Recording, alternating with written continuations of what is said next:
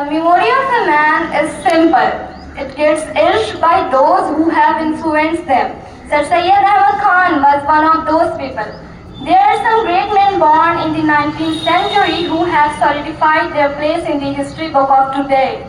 Men of courage and valor, scientists and war heroes, poets and rebels. And then there is Sir Syed, a visionary educationist, a thought-provoking writer, a philanthropist, statesman, an authoritative historian, a Masiha, and the founder of the Aligarh Muslim University.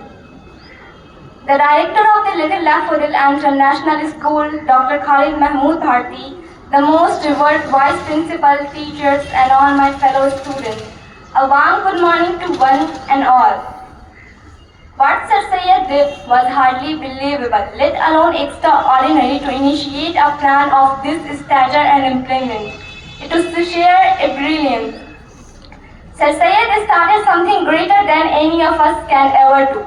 He started a mecca of education that has shaped people from different walks of life. It is fair to say that the founder of the Aligarh Muslim University lived up to his Mughal beginnings, ambitious, innovative, and magisterial. Today's world is filled with hatred, hopelessness. It is solely because of this that the relevance of the great education works. Every life lived through this education will be tributed to our founding father Sir Syed Ahmad Khan. Mr. Inder Kumar Gujral, a former Prime Minister, said, and I quote, "The dark post-1857 era was in that hopeless, and only men like Raja Ram Mohan Roy and Sir Syed could penetrate through its thick wave and visualize the nation's destiny on court." As a relentless crusade of education, Sir Syed Ahmad Khan works toward intellectual prominence. This alone works as an inspiration for the young mind to take up different fields of study for only one reason, and that is knowledge.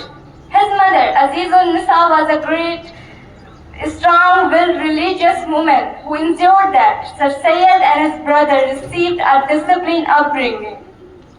She trained him in Persian, Urdu, and Arabic and taught him to respect people regardless of their class.